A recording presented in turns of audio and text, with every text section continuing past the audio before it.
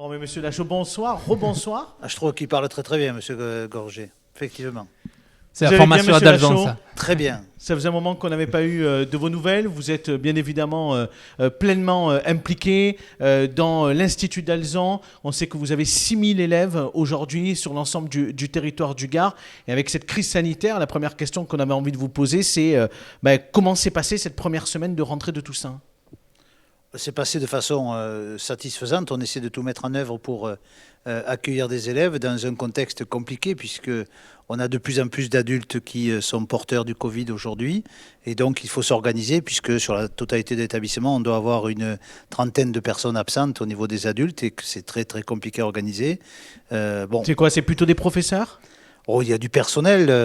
Cette semaine, par exemple, le cuisinier du primaire était porteur du Covid. Donc, 6 personnes ont été arrêtées parce qu'ils ont déjeuné ensemble. Voilà, donc c'est très, très compliqué à organiser. Il faut savoir raison garder. Et puis, on sent qu'il y a beaucoup de soucis chez les parents et chez les élèves aussi, quoi. Oui, une véritable inquiétude. Oui. Il y a aussi cette obligation du port du masque dans chacun des établissements. Est-ce qu'on arrive à le faire respecter ?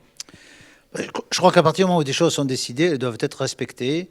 Et pour moi, il est inadmissible que des parents fassent faire des certificats médicaux comme quoi le masque peut ne pas être porté par l'enfant.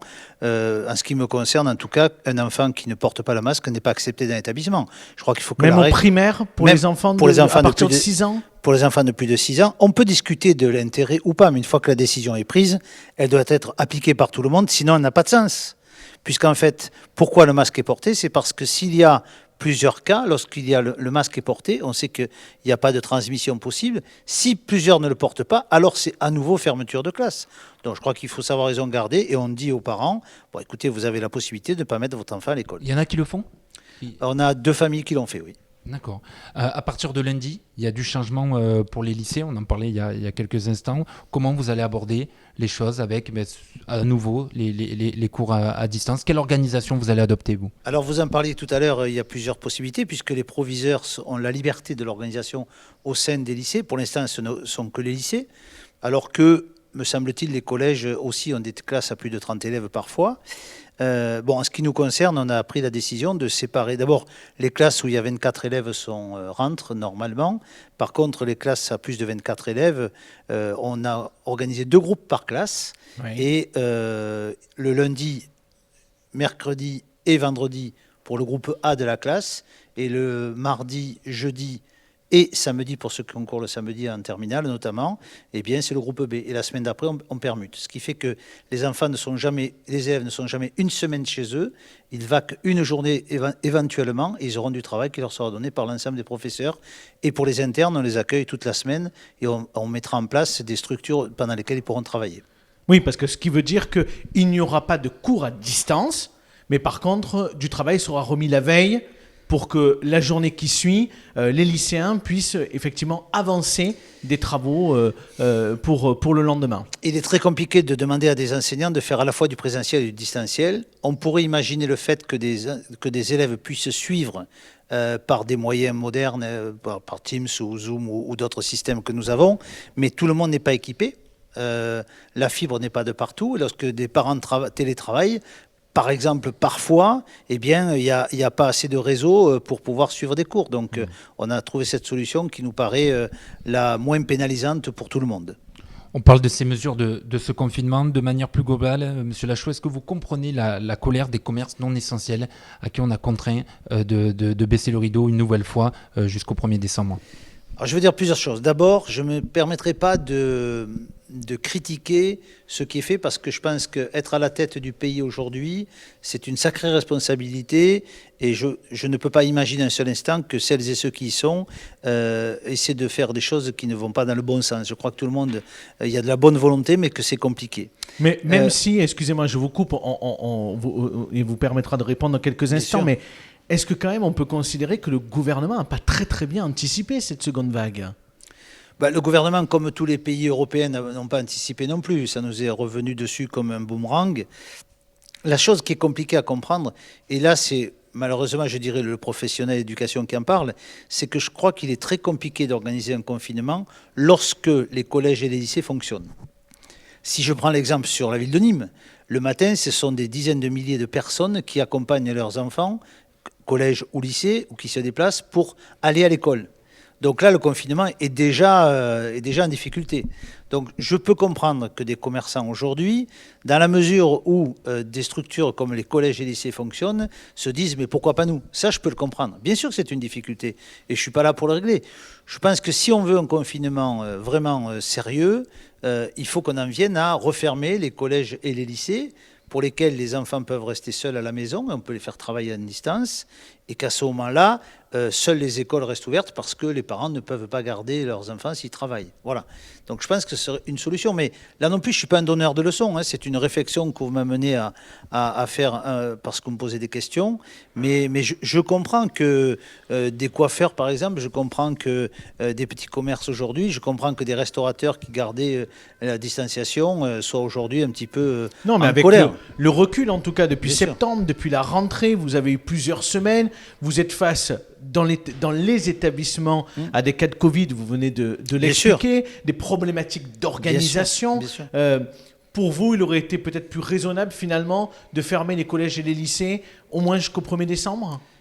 Je ne sais pas si c'était plus raisonnable. Je dis qu'en tout état de cause, si on voulait un confinement plus total, ce qui était recherché, c'eût été alors plus efficace. Voilà ce que je pense. Mais une fois de plus, je ne critique pas, hein, j'essaie d'analyser.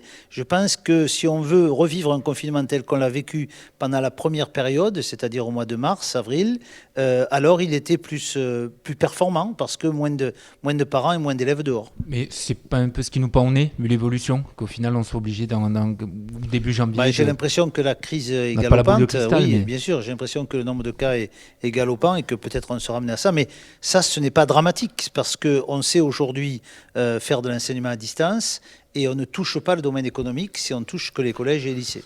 On parle d'un mot de politique et on va Encore parler de votre successeur, Franck Proust. Comment vous analysez ses premiers pas à la tête de la présidence de Nîmes Métropole? Bon, écoutez, je pense que j'ai horreur de la critique. Il m'a beaucoup critiqué, a beaucoup dit de mensonges parce qu'il a dit c'est catastrophique, on va être mis sous tutelle et autres, ce qui est totalement faux. Monsieur le préfet et le directeur général des finances publiques du département l'ont confirmé, il n'y a pas de drame. Je pense que voilà, aujourd'hui il est élu, il faut qu'il fasse preuve d'humilité, qu'il voit que l'agglomération c'est pas une collectivité facile à mener, c'est un équilibre budgétaire compliqué. Je pense qu'il ferait mieux de le faire avec humilité que critiquer ce qui s'est passé avant. Ça ne le grandit pas. Voilà. Maintenant, je lui souhaite beaucoup de succès. Je lui souhaite de réussir pour notre territoire. Moi, vous savez, si je me suis engagé en politique, c'est pour mon territoire. Et je suis malheureux aujourd'hui de voir comment il est traité.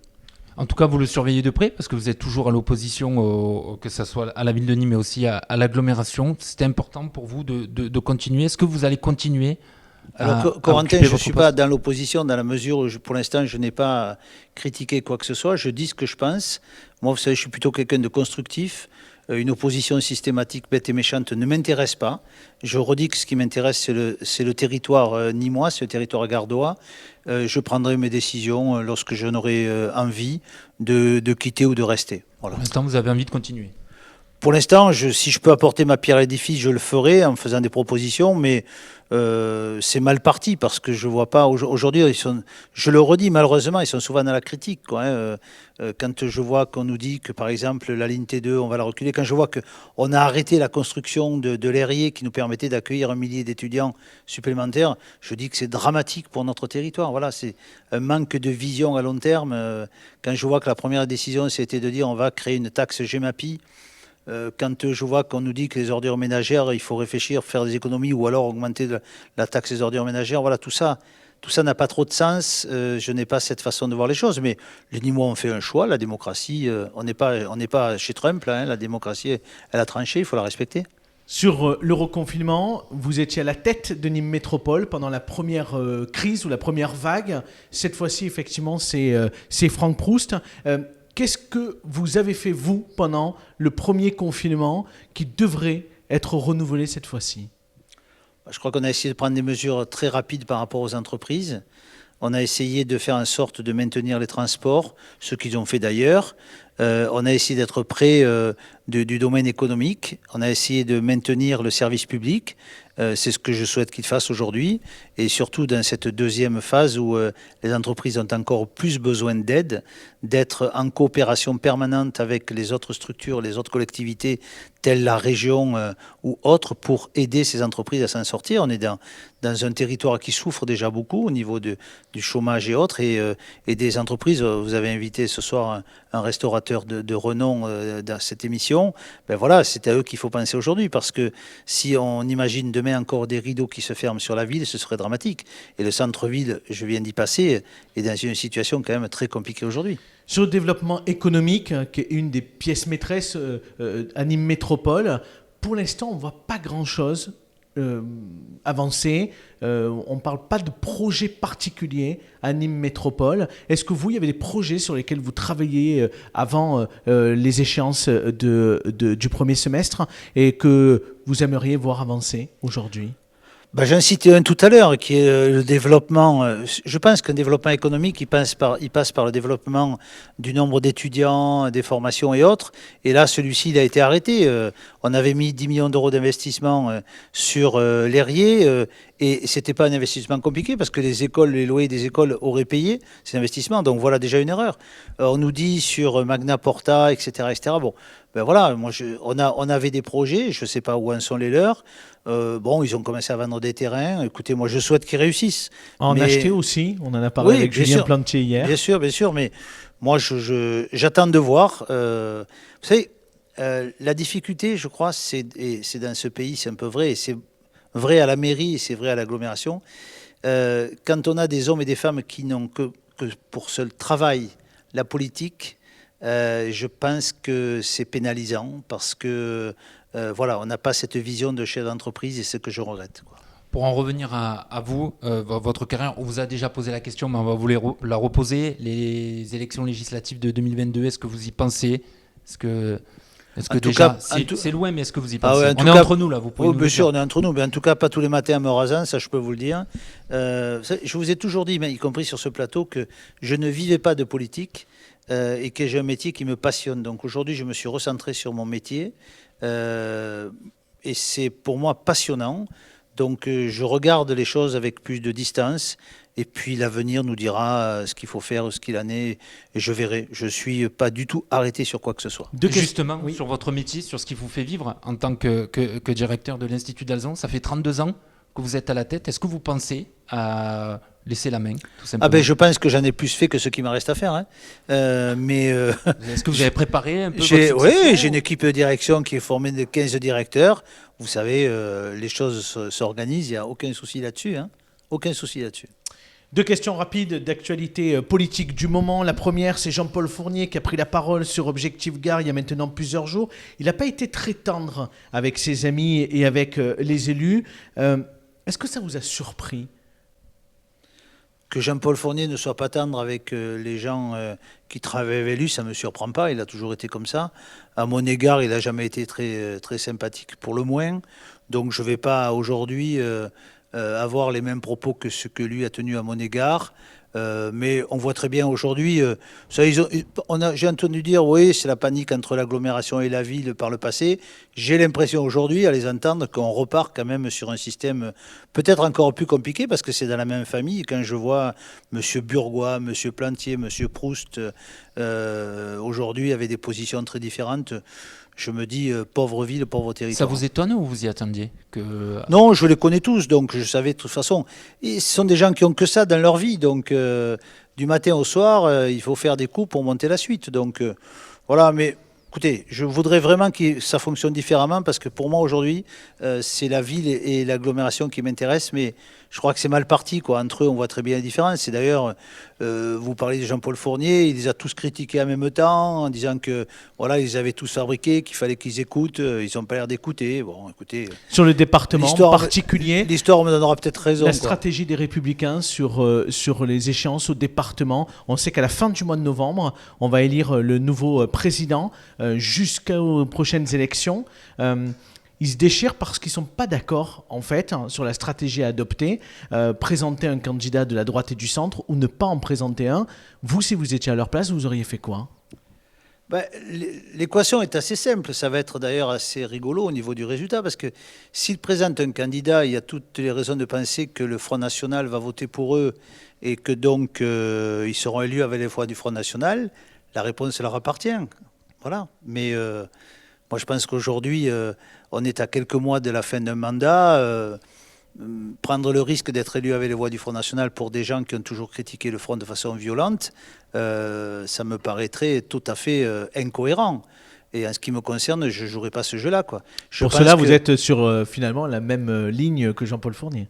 Ah, sur ce point-là, oui, bien sûr. Je pense qu'aujourd'hui, on peut, mais j'ai pas les mêmes solutions. Je pense qu'aujourd'hui, il est plus important de trouver des hommes et des femmes intelligents de centre, droit comme gauche, pour piloter ensemble ce département que d'associer des extrêmes, bien sûr. Vous avez des nouvelles pour terminer de Valérie Rouvéran? Oui, bien sûr. Valérie Comment elle va? va bien, va bien. Elle est très engagée dans son mouvement, elle va bien. Elle va se présenter en tant que référente En Marche pour le Gard, selon vous? Écoutez, moi je ne suis pas un marcheur, mais je pense que si elle était référente du mouvement Marche, ce serait un plus pour son mouvement dans le département. Valérie est une femme compétente, engagée. Écoutez, c'est pas parce qu'on n'entend pas parler d'elle aujourd'hui qu'elle ne bosse pas, et je pense qu'elle a tout à fait les capacités, les qualités pour demain prendre des responsabilités, bien sûr, et je lui souhaite d'ailleurs. Merci, Monsieur Lachaud, d'avoir Merci été à vous. avec nous.